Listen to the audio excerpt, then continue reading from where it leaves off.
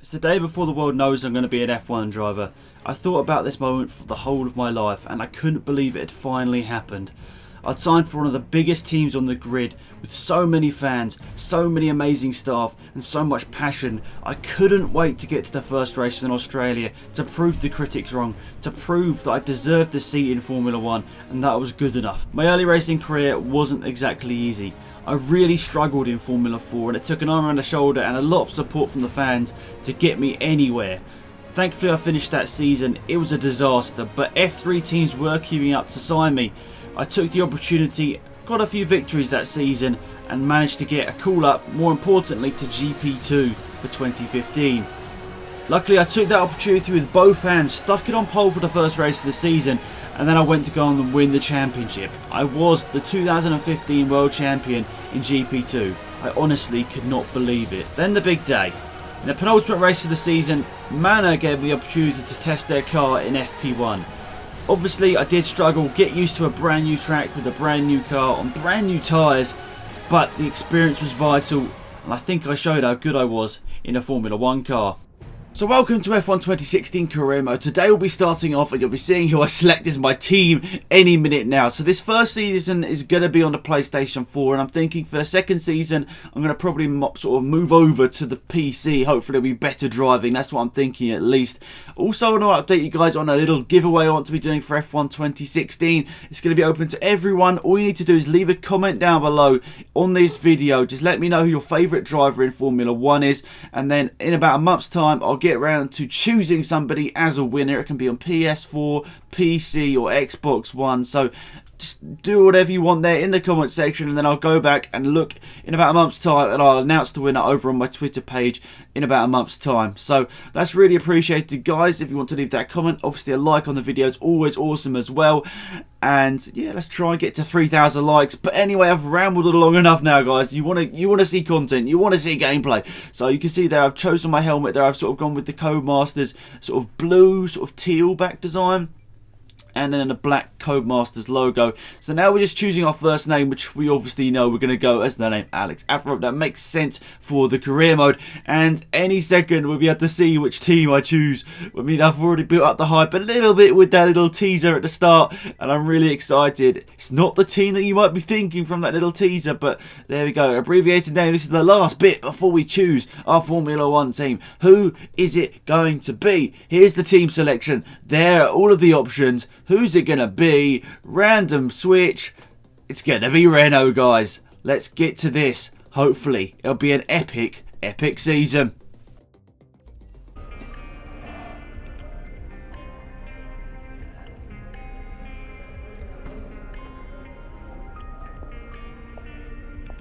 Hi, I'm Emma Jenkins. I'm a specialist in contract law and I've been brought in to work as your agent. I'll be working to get you the best deal in the boardroom, which means you need to do the best possible job out there on the circuit. When you get new contract offers, either from new teams or an amendment to your existing offer, it'll come through me. I'll also keep you up to date on discussions behind the scenes to change your terms, or any specific goals that the team has set for you.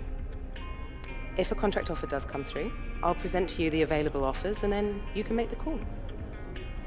I assume that all sounds fine. Well then, good luck this season, and I'll catch you later. Very interesting. So this just makes me even more hyped to get to the actual practice sessions, to get to the actual races, to prove that I'm good enough for the team. So there we go. You can see this is sort of the motorhome here. It looks so much nicer than it did in like F1 2010 where it was just sort of sitting in the actual motorhome. But you can see here we've got the laptop. This is sort of the main hub of the career mode here. It is actually a little bit frustrating. Something I've already found, I'm not going to lie guys, is that you have to go through the laptop to get to every single practice session. It would be nice to just have a quick button to go to every practice session, but that's just personally me. But anyway, this new season with Renault, I'm really looking forward to this. I don't know why I chose Kevin Magnussen as a teammate really. I thought maybe it could be a bit more of a challenge, so That's my honest reason for selecting him. But you can see there, I've got some of the assists on. I'm going to hopefully turn them off as the season goes on. I think even after recording this video here, I can see I'm going to be turning traction control off over time because it's actually slowing me down a little bit. So hopefully that improves as the series goes on, guys. Obviously, this is going to be a learning experience. You guys are going to learn the game with me, and hopefully keep my fingers crossed my driving will get better and better as the season goes on. But interesting stuff. Let's get to the first race of the season in Australia.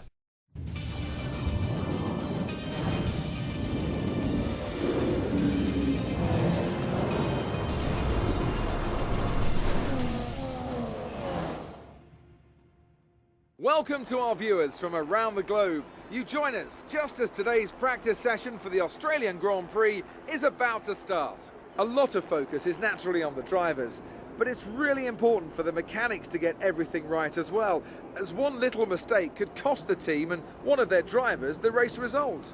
These guys are so meticulous and they train and perfect everything that they do. Without question, they feel the pressure in the same way as the drivers, and they share the responsibility to ensure that the car makes it to the end of the race.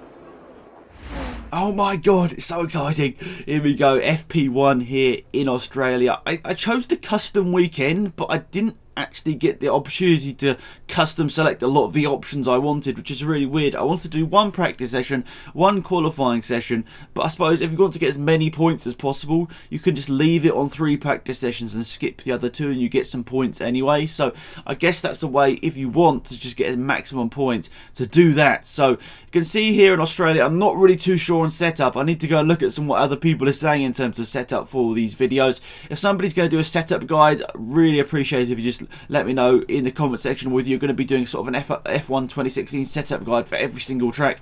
If you're going to be doing that, I really would just appreciate it. Let me know and I'll give you a shout out in all my videos, because I'll be obviously using your setup if anyone is doing that. And here we go for the first lap in this career mode. It's round Australia in the Renault FP1. Very green track, obviously. Not much grip down, obviously, as nobody's really been going out here. So I don't know, I might even be the first person in FP1. So really excited for this, guys. Obviously, I know the Renault car is not very good. We're going to be having to use our development points as big as possible, or as best as possible, I should say, to try and improve this car over the season.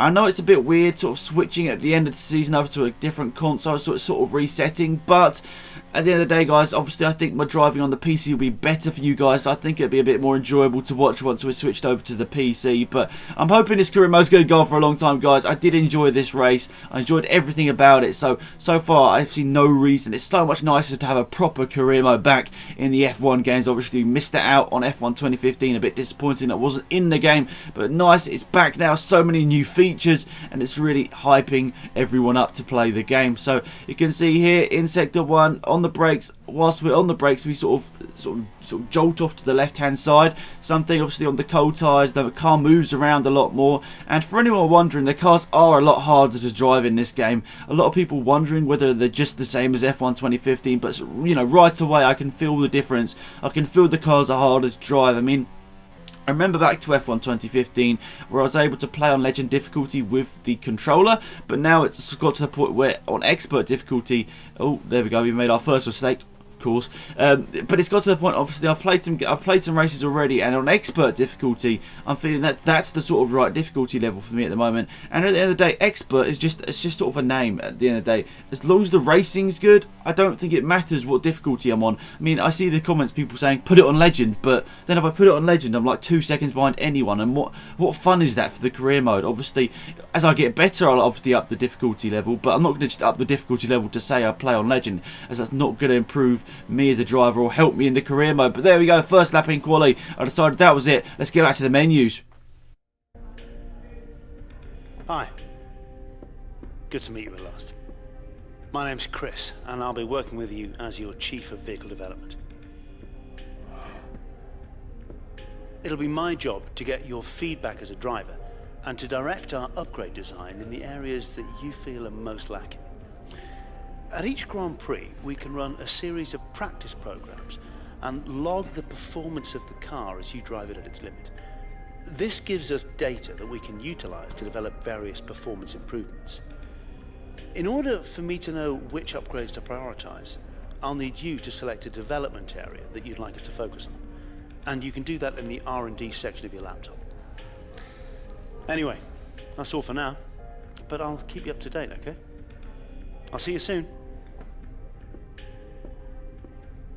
Here we are, guys. We've got a bit of an option now to select what we want to start upgrading. So at the top we've got the engine power, then we've got the fuel efficiency, chassis weight, which is the only one we can't afford right now in the first upgrade, downforce, and then drag. I was really complimenting maybe going for the engine power. Obviously the Renault is not the fastest car in the grid, but I decided to go for the downforce. I thought that's probably the best thing that we can do right now. Obviously around a lot of the tracks at the start of the season you want a decent bit of downforce, and at this point I decided to just skip through the rest of the sessions, guys. I just wanted to get to the qualifying. Hopefully you guys understand. In the future I probably won't show you guys this, but I just wanted to prove I was obviously just going through the sessions. Hopefully I can change it to just one practice session, but anyway. Hey, looks like you've got a bit of rivalry going on out there. This is good. Gets people talking about you. Just make sure you outperform them, okay? Ooh, rivalry. What are we going to do with this? Of course it's Kevin Magnussen. I mean, obviously we haven't actually crashed into anyone yet, so there's no mega rivalry. But Kevin Magnussen, we've got him as a rival, obviously as our teammate. Let's try and beat him. First race in Australia.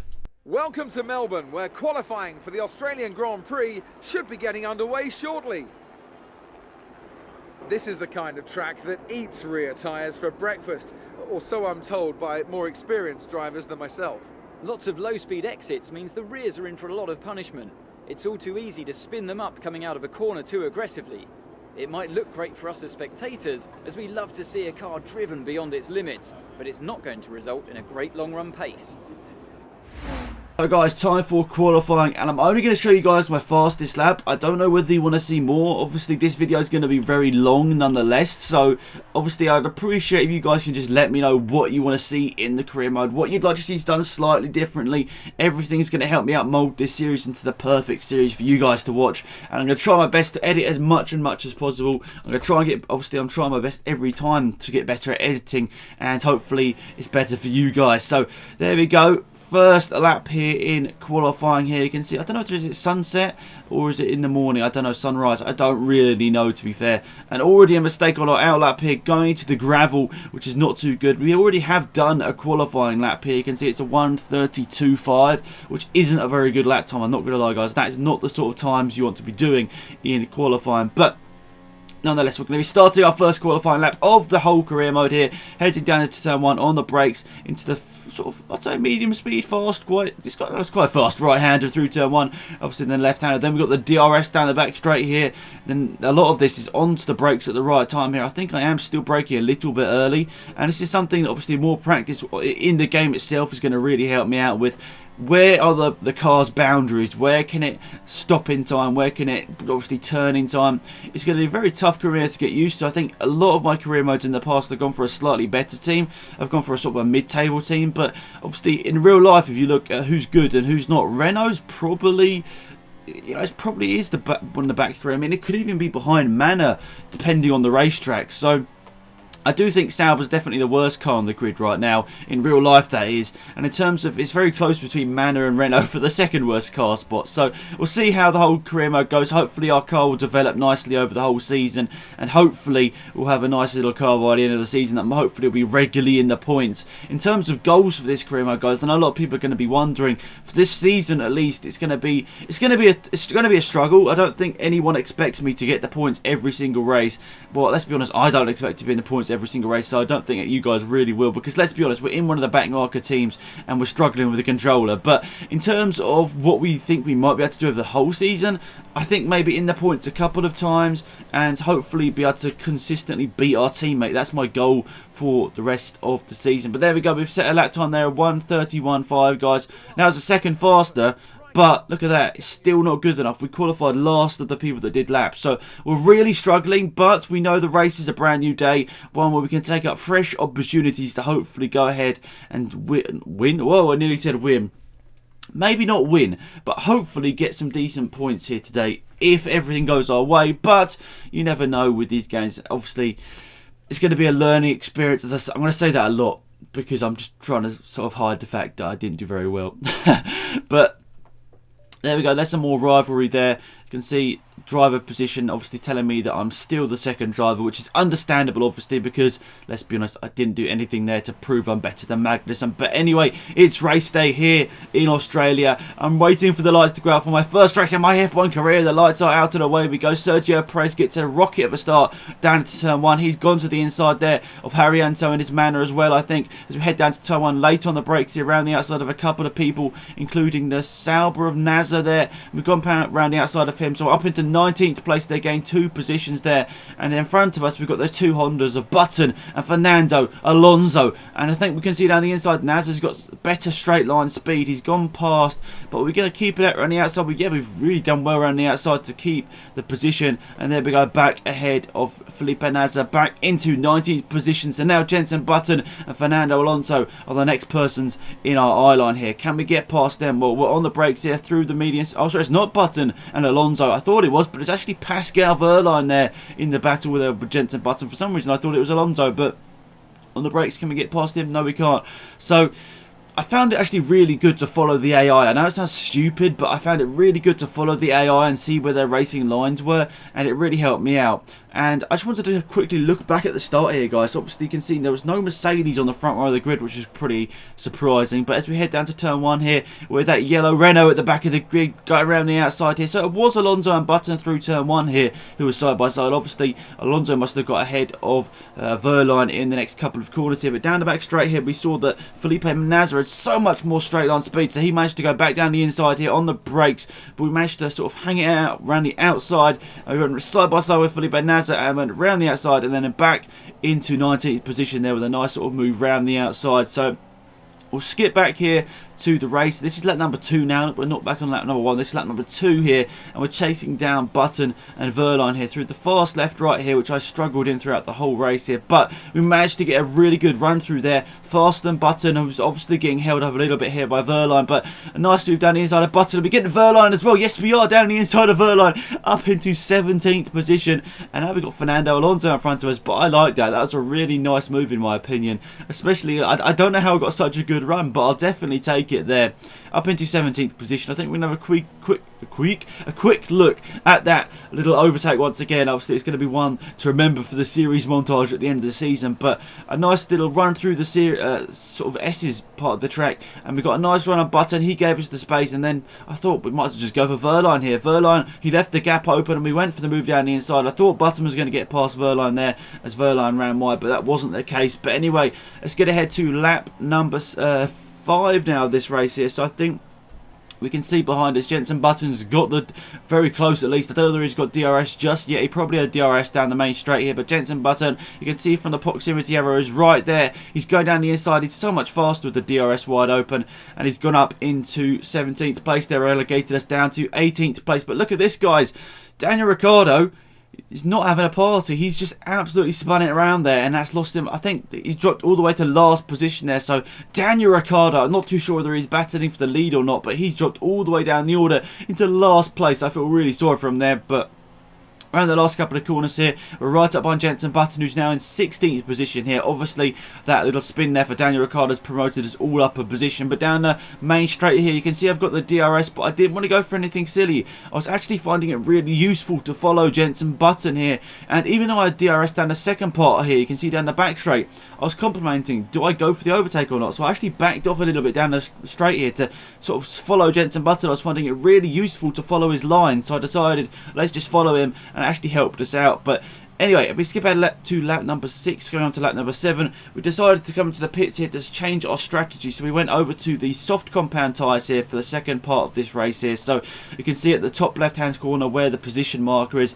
It also shows you what all of the other cars are on in terms of tyres as well, something we haven't seen in the past, and something that I've got to be honest, something I did find a little bit annoying is that you can't use the D-pad to just sort of, you know, when you used to press double up, it used to switch it into fast fuel mixture. You can't do that anymore. So I think you press up and then you've got to sort of fiddle around with the thing on the bottom right hand side, and you somehow have to get it into rich fuel mix. But we managed to get it into rich fuel mix, and we put in some decent laps there, or a decent lap on our out lap.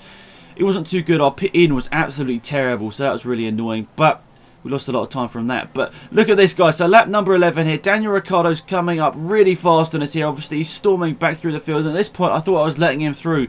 But I sort of cut him off a little bit here. But no, there's contact. As Daniel Ricciardo and I make contact here. That is not what we wanted to do here. We were having such a good race. Let's have a look at this again here. So you can see I sort of cut him off there, and at that point the camera cuts away at just the wrong moment. But it's really tough here. I think we're both changing lanes at the wrong moment. So Daniel Ricciardo is coming slightly from the left lane into the middle lane, and I'm going slightly from the right lane into the middle lane. In my opinion, it's a bit of a racing incident. I did get a penalty for it here. That's why you can see here the team is waiting. I think it was 5 seconds or something for me to come into the pits here. But it was really disappointing, guys. I'm not going to lie. Obviously, I'm going to learn from this experience here. Wheel-to-wheel racing with the AI is obviously quite tough, so we'll get used to that. Obviously, they're not gonna back down. Well, obviously, by looking at that. But we decided to switch onto the super soft tyres here with a few laps to go, just to see how fast we can go. But yeah, I'm sorry about that, guys. That was not obviously in my plans, but we weren't going to get points today, that's for sure. But it would have been nice to just see whether we could have caught the group ahead, obviously, that we were quite close to. I mean, I think it was about 3 seconds that we were to the group ahead, which would have been nice to try and see if we could catch them down. But at the end of the day, it was a bit of a racing accident. I know people are going to take different sides. Obviously, it's easy to blame me for it. But in my opinion, we were sort of both, you know, I was going around a corner at the same time there. So it's a tough one to call for me. But at the end of the day, you know, I took the penalty and we can't do anything about that. Nice. Now I'm not gonna go on about it, because let's be honest, it's just gonna get annoying if I do. But look at this last lap of the race. Who's behind me again? It's Daniel Ricciardo. This is what I was planning to do here, but it's just with the controller, it's really hard to get a precise sort of movement with the control. Really, Daniel, mate? Of course, Daniel Ricciardo backs off through the S's. Even I'm taking more speed than through there. But yeah, it's hard with the controller to get a really precise line through the corner. So that's something I'm definitely going to have to learn as the game goes on, as the series goes on, guys. I'm looking forward to this one a lot. Obviously, it starts here, not with the best result in the world, but it starts here with a lot of experience gained. And one race could really help me out here with the championship. Obviously, now I know how to race against the AI. Now I know the car a lot more. I'm looking forward to the second race of the season a lot, guys. So you guys are going to probably be seeing the second episode of the career mode tomorrow. I'm hoping, fingers crossed, it's going to be better than today. Obviously, any tips down below you can put without being abusive would be appreciated. But look at that. Ferrari have won the race. Arriva Bene's liking that. Kimi Räikkönen's grabbed the win, which I didn't really expect. I thought it was just going to be Mercedes wipeout here at the front of the field. But it's very nice to see Ferrari have just gone and got a win here in Australia. There's Felipe Nasr, who finished last place on the grid here. He is not happy. He is staring down the cameraman here. But there we go, guys. There's the Australian Grand Prix. Hopefully you guys enjoyed it. I really have enjoyed commentating over it. Once again, guys, I would really appreciate some support on the video. Obviously, a like is always awesome. And if you want to enter that giveaway for F1 2016 for any platform possible, leave a comment down below with your favourite driver in Formula 1. And also, if you want to make it easier, leaving your Twitter just down below as well would really be easier for me to find out, to contact the winner when I do announce it on Twitter in about a month's time. But thanks for watching, guys. Have a great day. It's AlexZAfRo, I'm out of here. Goodbye. Thanks again for watching this video, guys. I really do appreciate it. As always, leave a like on the video if you enjoyed it. It helps me out massively. You don't understand how much it really does help me out here on YouTube. Also, if you're new to the channel, subscribing, it really will help me out grow the channel, which obviously really is appreciated. And now I've got that out of the way, if you want to watch another video as well, there's one linked on the screen right now. It'll be a different annotation link every day, so maybe different ones you saw yesterday. So always give it a quick check if you haven't seen it. That'd be really cool if you could check it out. It might be an old video, might be a newer one. Very cool to just see maybe some old content out there as well, whether you liked it or not. So as always, guys, thanks for watching. Have a great day. It's been AlexZAfRo, I'm out here. Goodbye.